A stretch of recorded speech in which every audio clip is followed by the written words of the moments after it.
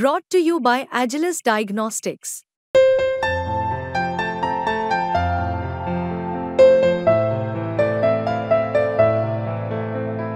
Agilus Diagnostics. सुषमाताई, आपण मगाशी एक उल्लेख केला, कोणत्या जागा लढायच्या आहेत, काय करायचं आहे, यादी तयार आहे. जर मला विचारलं, उद्धवजी विचारतात, जर आपल्याला विचारलं कोणत्या जागा लढणार तुम्ही पुण्यात,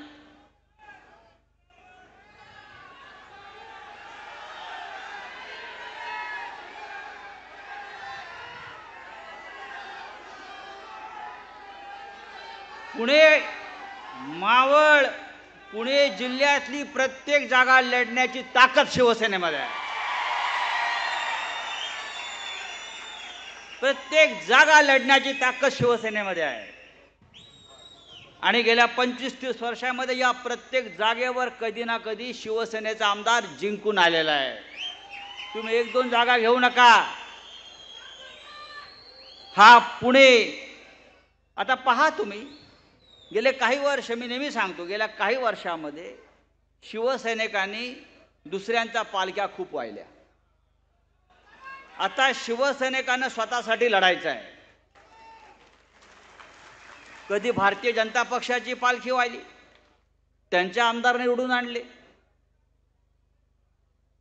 परवा कसब्याची पोटनिवडणूक झाली, शिवसैनिकांनी कष्ट करून कसब्यात काँग्रेसचा आमदार निवडून आणला. बारामतीच्या जागेत सुप्रियाताईचा विजय व्हावा म्हणून शिवसैनिकांनी अक्षरशः रान पेटवलं. पुण्यामध्ये कालच्या लोकसभेत शिवसैनिकांनी प्रचंड काम केलं.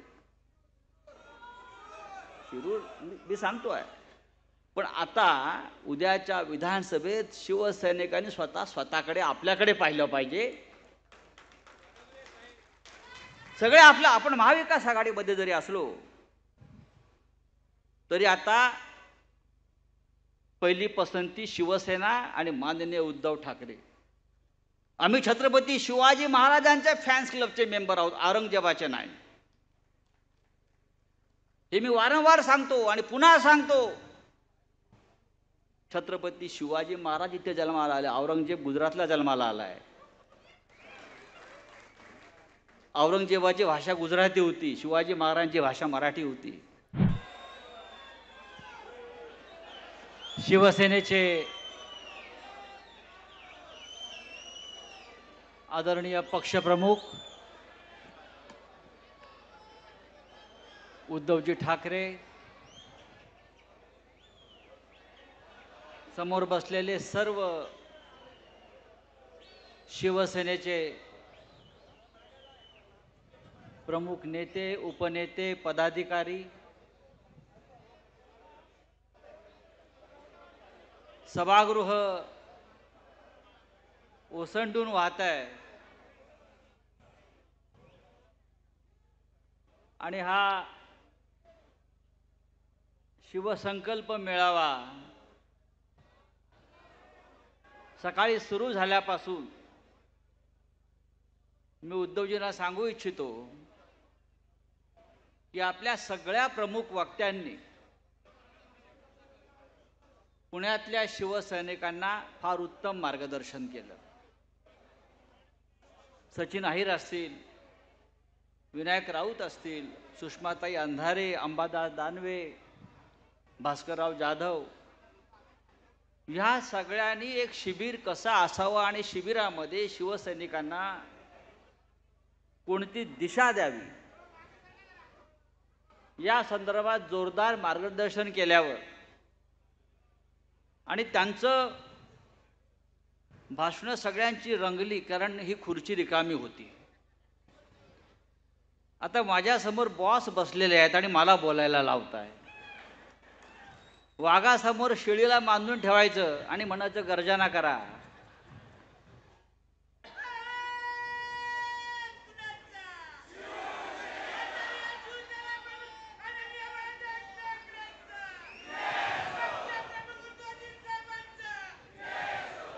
उद्धवजी,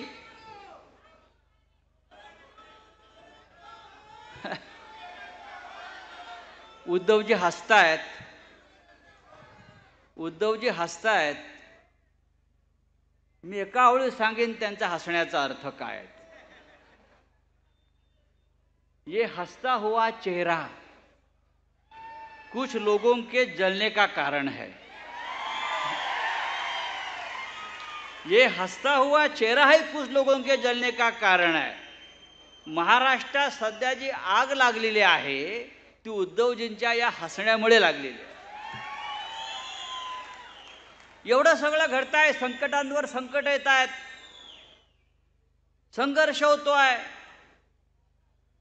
कोंडी केली जाते, पण आमचा नेता मात्र हसत हसत प्रत्येक संकटाला सामना देतो आहे आणि आम्हाला लढण्याची प्रेरणा देतो आहे. त्याच्यामुळे जी समोर जी जळफळाट सुरू आहे त्याचं कारण उद्धवजी तुमचं हसणं आहे.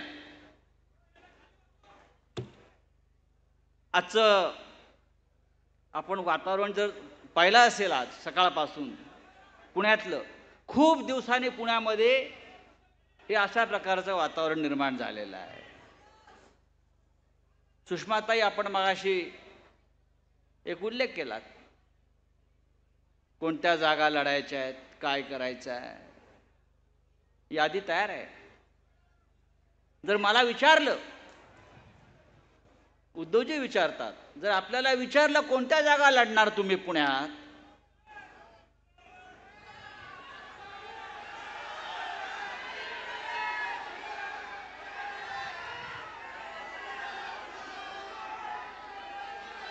पुणे, मावळ, पुणे जिल्ह्यातली प्रत्येक जागा लढण्याची ताकद शिवसेनेमध्ये आहे. प्रत्येक जागा लढण्याची ताकद शिवसेनेमध्ये आहे. आणि गेल्या 25-30 वर्षामध्ये या प्रत्येक जागेवर कधी ना कधी शिवसेनेचा आमदार जिंकून आलेला आहे. तुम्ही 1-2 जागा घेऊ नका. हा पुणे, आता पहा तुम्ही, गेले काही वर्ष, मी नेहमी सांगतो, गेल्या काही वर्षामध्ये शिवसैनिकांनी दुसऱ्यांच्या पालख्या खूप वाहिल्या. आता शिवसैनिकांना स्वतःसाठी लढायचं आहे. कधी भारतीय जनता पक्षाची पालखी वाहिली, त्यांच्या आमदार निवडून आणले. परवा कसब्याची पोटनिवडणूक झाली, शिवसैनिकांनी कष्ट करून कसब्यात काँग्रेसचा आमदार निवडून आणला. बारामतीच्या जागेत सुप्रियाताईचा विजय व्हावा म्हणून शिवसैनिकांनी अक्षरशः रान पेटवलं. पुण्यामध्ये कालच्या लोकसभेत शिवसैनिकांनी प्रचंड काम केलं. शिरूर मी सांगतोय, पण आता उद्याच्या विधानसभेत शिवसैनिकांनी स्वतःकडे, आपल्याकडे पाहिलं पाहिजे. सगळे आपण महाविकास आघाडीमध्ये जरी असलो तरी आता पहिली पसंती शिवसेना आणि माननीय उद्धव ठाकरे.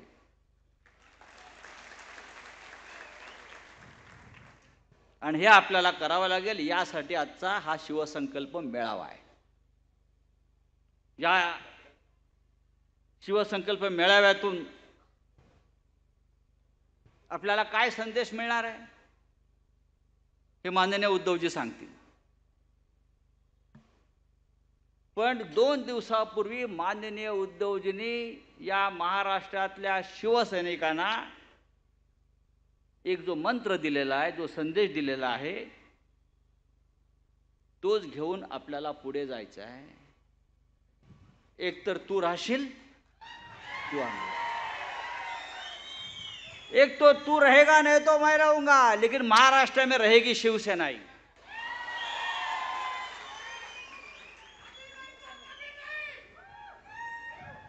तुम्हारे जैसे कुत्ते सिर्फ भौंकते हैं, सांगा त्यांना. हम शेर है, खुलेआम ठोकते हैं. एक तो तू रहेगा नहीं तो मैं रहूंगा हे सांगणारा या देशामध्ये, महाराष्ट्रामध्ये जर कोणी असेल तर तो माझा नेता माननीय उद्धव ठाकरे आहे. माझ्या नादाला लागू नका.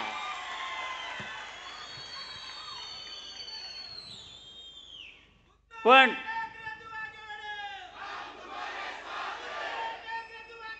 पण ही जी निवडणूक आहे, ही निवडणूक सोपी नाही उद्धवजी. तुम्ही आम्हाला नेहमी सांगता, ते आम्ही खाली कार्यकर्त्यांना सांगतो, पदाधिकाऱ्यांना सांगतो. नुसती हवा निर्माण करून चालणार नाही. लोकसभेच्या निवडणुका आपण ताकदीनं लढलो. आज जरा आम्ही शांतपणे बोलतोय, कारण मार्गदर्शन करायचं आहे ना.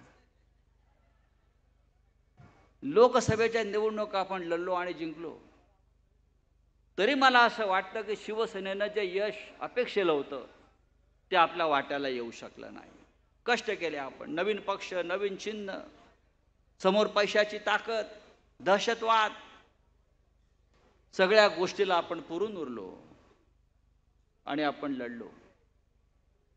विधानसभेची लढाई ही त्यापेक्षा तुंबळ होणार आहे.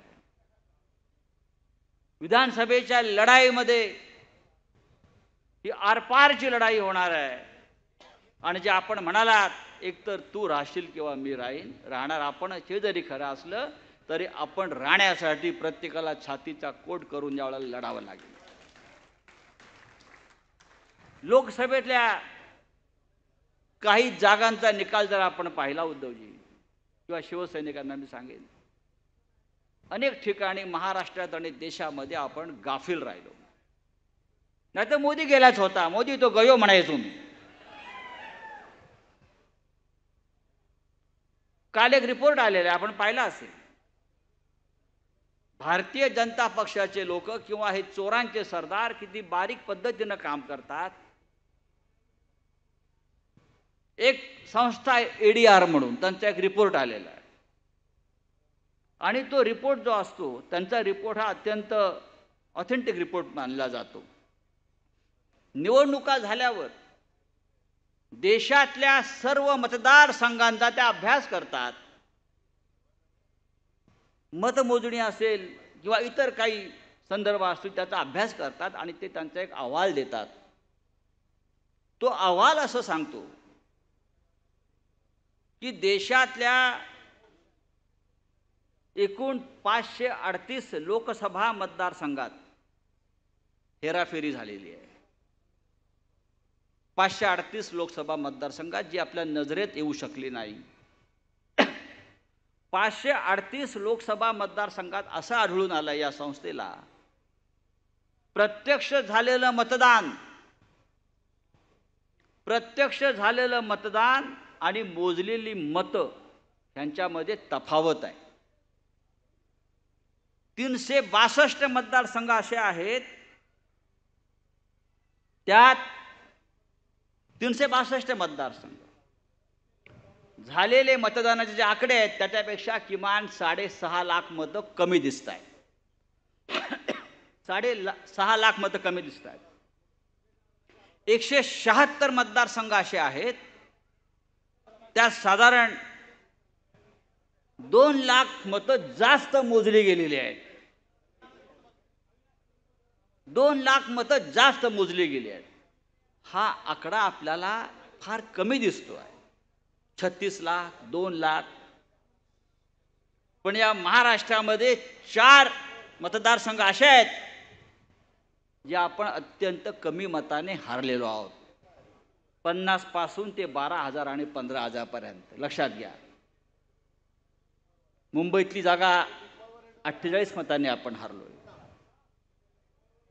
हातकणंगलेची जागा आपण 12,000 मताने हारलोय. बुलढाण्याची जागा आपण अत्यंत कमी मताने हारलोय. हे जे कमी मोजले आणि जास्त निघाले, त्यानंतर उत्तर प्रदेशमधले 9 मतदारसंघ हे 100 ते 1000 मतांनी भाजपचा विजय दाखवलेला आहे. बिहारमध्ये याच पद्धतीनं झालं आहे. आणि या सगळ्यांचा जर मतांचा आकडा मोजला तर तो नेमका एवढाच आहे, 7 लाख. जिथे आपलं लक्ष नव्हतं, मतदान केंद्रावरील आपल्या लोकांनी जरासा गाफीलपणा दाखवला आणि त्याच्यामुळे हे अशा प्रकारचे विजय ते चोरू शकले, आपल्याकडनं हिसकावून घेतले शकले. नाहीतर भारतीय जनता पक्षाचा पराभव हा झालेलाच होता.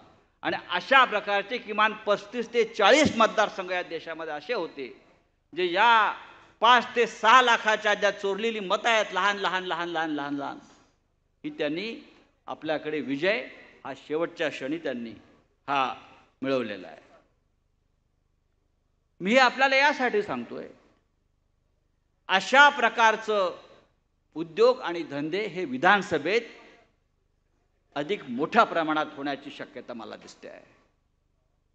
हे जे आपण शिबिर घेतलेलं आहे, जे आपण मार्गदर्शन आपल्या नेत्यांचं सहकाऱ्यांचं आमच्या ऐकलेलं आहे, त्या मार्गदर्शनाबरोबर जिथे आहात त्या जमिनीवर एखादा योद्धाप्रमाणे शेवटच्या मिनिटापर्यंत तुम्ही उपस्थित राहिलं पाहिजे. प्रत्येक मताची मोजणी होईपर्यंत तुम्ही तिथे उपस्थित राहिलं पाहिजे.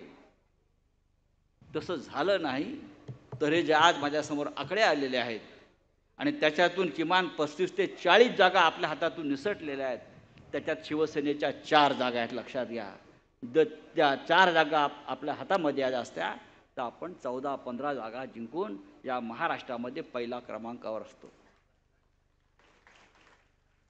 विधानसभेमध्ये अशा प्रकारचा गाफीलपणा आपल्याकडे असता कामा नये. बाकी इतर अनेक गोष्टी आहेत. मगाशी मार्गदर्शन अनेक विषयांवरती केलेलं आहे, पण शिवसेनेला निवडणुका नवीन नाही. भास्करराव आपण सांगितलं, आपण अनेक जय पाहिलेत, अनेक पराभव पचवलेत, त्यातून आपण उभे राहिलो. हिंदुहृदय सम्राट बाळासाहेब ठाकरे हे असताना आणि त्यांच्यानंतर उद्धवजी असताना अनेक वार आपण छातीवरही झेलले आणि पाठीवरही झेललेले आहेत. बाळासाहेब ठाकरे ते नेहमी सांगायचे, हिंदुहृदय सम्राट, माझ्या पाठीवर इतके वार झालेत, इतके घाव झालेत, आता नवीन घाव झेलण्यासाठी माझ्या पाठीवर जागा राहिलेली नाही.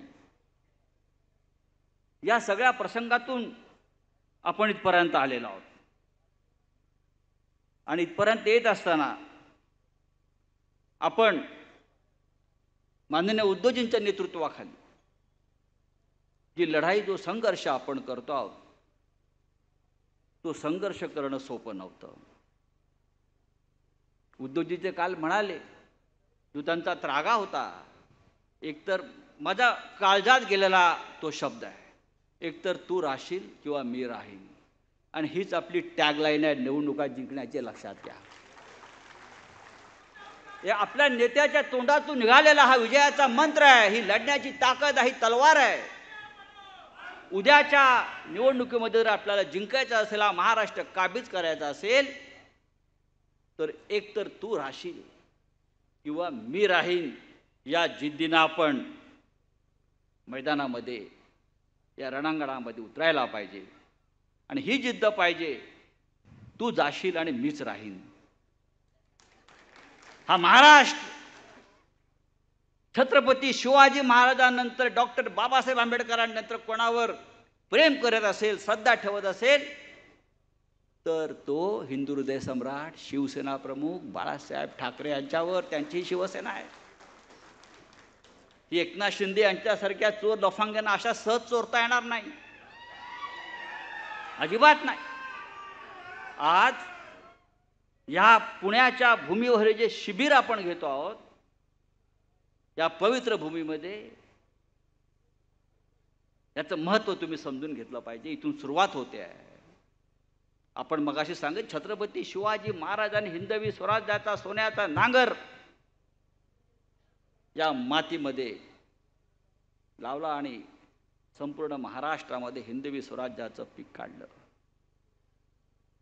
आम्ही छत्रपती शिवाजी महाराजांच्या फॅन्स क्लबचे मेंबर आहोत, औरंगजेबाचे नाही. हे मी वारंवार सांगतो आणि पुन्हा सांगतो. छत्रपती शिवाजी महाराज इथे जन्माला आले, औरंगजेब गुजरातला जन्माला आलाय. औरंगजेबाची भाषा गुजराती होती, शिवाजी महाराजांची भाषा मराठी होती. औरंगजेबाचे व्यवहार उर्दू बरोबर गुजरातीतून चालत होते. जी औरंगजेबाची वृत्ती आहे ती भारतीय जनता पक्षाची वृत्ती आहे. मी त्यांना का म्हणतो, तुम्ही औरंगजेबाच्या औलाद आहात, मी का म्हणतो, उद्धवजी का म्हणतात, औरंगजेब हा दिल्लीतून महाराष्ट्रात आला, गुजरातला गेला, अख्खा देश फिरत राहिला, राज्य काबीज करत राहिला. हे पाहिजे मला, ते पाहिजे मला, देवळं तोडत होता, मंदिरं तोडत होता. औरंगजेबाला 500 बायका होत्या, त्याच्या काही पट्ट राण्या होत्या. एकदा त्याला का त्याच्या राणीने विचारलं, महाराज जहापना, औरंगजेबाला फावल्या वेळामध्ये टोप्या विणण्याचा छंद होता. मोदींना पण असे खूप छंद आहेत धार्मिक. तेही तपश्चर्येला बसतात. औरंगजेबी ध्यान करत होता, जपमाळ ओढत होता. आपण त्याचे फोटो पहा. आणि विणलेल्या टोप्या तो अनाथ आश्रमात वाटत होता. औरंगजेबाच्या एका राणीनं विचारलं औरंगजेबाला की जहापना, तुम्हाला नक्की काय करायचं आहे, काय मिळवायचं आहे? औरंगजेब म्हणाला त्या बेगमला त्याच्या, आता मी महाराष्ट्रावर स्वारी करणार आहे. आधी मी महाराष्ट्र काबीज करणार. महाराष्ट्र काबीज केला की मी दक्षिणेकडे जाणार. अशा तऱ्हेने मी संपूर्ण राज्य, संपूर्ण देश काबीज केला की या देशाच्या आजूबाजूचे इराण, अफगाणिस्तान वगैरे हे सुद्धा भाग ताब्यात घेणार. आणि मग मी जगाचा राजा झाला की मी शांतपणे जगायला सुरुवात करीन. राणी त्याला म्हणाली, जहापना, मग तुम्ही आत्ताच निवांतपणे का जगत नाहीत की सगळं असताना? हा निवांतपणा तुम्हाला कधी मिळेल?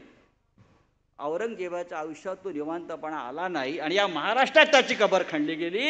आणि भारतीय जनता पक्षाची कबर सुद्धा औरंगजेबाप्रमाणे या महाराष्ट्रातच खणण्याचं राष्ट्रकार्य इथे आपल्याला करावं लागणार आहे. हिंदू हृदय सम्राट सांगायचे, उद्धवजी सांगतात, नेहमी सांगत होते, किती गिळायचं आहे तुम्हाला भारतीय जनता पक्षाला? अरे तुम्ही अनेक राज्य जिंकली, देशात तुमची सत्ता आहे, तरी तुम्ही महाराष्ट्रामध्ये शिवसेनेला गिळण्याचा प्रयत्न केला, ते तुम्हाला पचणार नाही. तुम्ही शिवसेना गिळण्याचा जो प्रयत्न केलात, बाकी तुम्ही काही गिळला असेल, पण शिवसेना हा आगीचा लोळ आहे, तो तुम्ही गिळलात, तो तुम्हाला पचणार नाही. आणि आपल्याला शिवसैनिकांना, मराठी माणसाला खास करून मी सांगेन, ह्या वेळेला जागं करावं लागेल शिवसैनिकांना. ही लढाई मराठी माणसाच्या अस्मितेची आणि अस्तित्वाची आहे. भारतीय जनता पक्ष किती गोंधळलेला आहे तुम्हाला मी थोडक्यात सांगतो आणि माझं भाषण संपवतो. साहेब आलेले आहेत. 2 दिवसापूर्वी बातमी आहे, उद्धवजीने पण वाचली असेल, हिंदूंच्या एकगठ्ठा मतदानासाठी ते रणनीती आखणार आहेत. बरं का? हिंदूंच्या एकगठ्ठा मतांसाठी भारतीय जनता पक्ष रणनीती आखणार आहे विधानसभेत. याचा अर्थ लोकसभेत त्यांना हिंदूंची मतं मिळालेली नाहीत. त्यांना आता हिंदूंच्या मतांसाठी रणनीती आखावी लागते विधानसभेला. म्हणजे त्यांना स्वतःला हिंदूंचा पक्ष समजणारा, हिंदूंचे नेते समजणारे, यांना हिंदूंची मतं मिळाली नाहीत. आम्हाला म्हणता मुसलमानांची मतं मिळाली. होय, आम्हाला मुसलमानांची मतं मिळाली. या देशातल्या सर्व अधिकृत नागरिकांची मतं आम्हाला मिळालेली आहेत. त्यात हिंदू आहेत, मुसलमान आहेत, जैन आहेत, पारशी आहेत. सकाळी मी पुण्यात होतो, एका ठिकाणी चालायला गेलो. माझ्या मागे एक उंच धिप्पाड म्हातारा म्हणून धावत होता त्या एका मैदानात. त्यांनी थांबवलं. आप राऊत साहब आहे? मी हा, जय महाराष्ट्र म्हटलं. मेरा नाम अमुक अमुक, शेवटी ईरानी. मैं पारसी हूँ लेकिन शिवसेना को वोट दिया है, उद्धव जी को वोट दिया. या देशातल्या सर्व जाती धर्माच्या लोकांनी महाराष्ट्रात उद्धवजींना मतदान केलेलं आहे. हे काय सांगतात? बहुसंख्य हिंदूंनी महाराष्ट्रात शिवसेनेला मतदान केलं. आकडे पहा. बहुसंख्य मुस्लिमांनी आम्हाला मतदान केलं आहे, ख्रिश्चनांनी मतदान केलं आहे, सर्व जाती धर्माच्या लोकांनी मतदान केलं आहे. कारण या राज्यामध्ये जर आश्वासक चेहरा कोणता असेल तर तो माननीय उद्धव साहेबांचा आहे. आणि हा विचारसुद्धा, ही भूमिकासुद्धा आपल्याला यापुढे महाराष्ट्रात घराघरात न्यावी लागेल. तर हिंदूंचा एक गठ्ठा मतदानासाठी ते आता कामाला लागलेत. मग 30-35 वर्ष का झक मारत होता?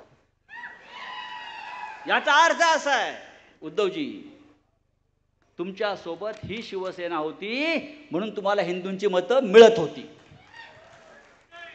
आता आम्ही तुमच्या बरोबर नाही, तुम्हाला हिंदू मतांसाठी आता धडपड करावी लागेल.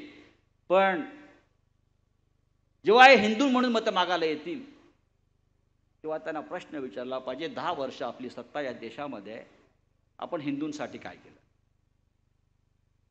उद्या 5 ऑगस्ट आहे, परवा उद्या गटारी आहे, आपला सण आहे, परवा 5 ऑगस्ट आहे.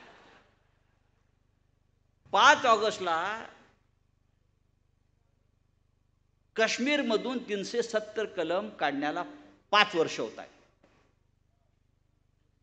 हिंदुत्वाच्या नावाखाली हे कलम काढण्यात आलं 370, त्याला 5 वर्ष पूर्ण होत आहेत. 5 वर्षामध्ये काश्मीरमधल्या हिंदूंसाठी, हिंदू काश्मीरी पंडितांसाठी या सरकारने काय केलं हा साधा प्रश्न विचारा. काश्मीरी पंडित आपल्या घरी जाऊ शकले का? घर वापसी झाली का? हा प्रश्न विचारा. आजही काश्मीरची परिस्थिती जशी होती तशीच आहे, फक्त त्या प्रश्नाचं राजकारण केलं. आपण हिंदू आहात? भाजपवाल्यांना विचारा, संघवाल्यांना विचारा, आपण हिंदू आहात? मग एका प्रश्नाचं उत्तर द्या म्हणावं. आपण काय ते गायीचे भक्त आहात? गोमाता? आम्ही पण आहोत.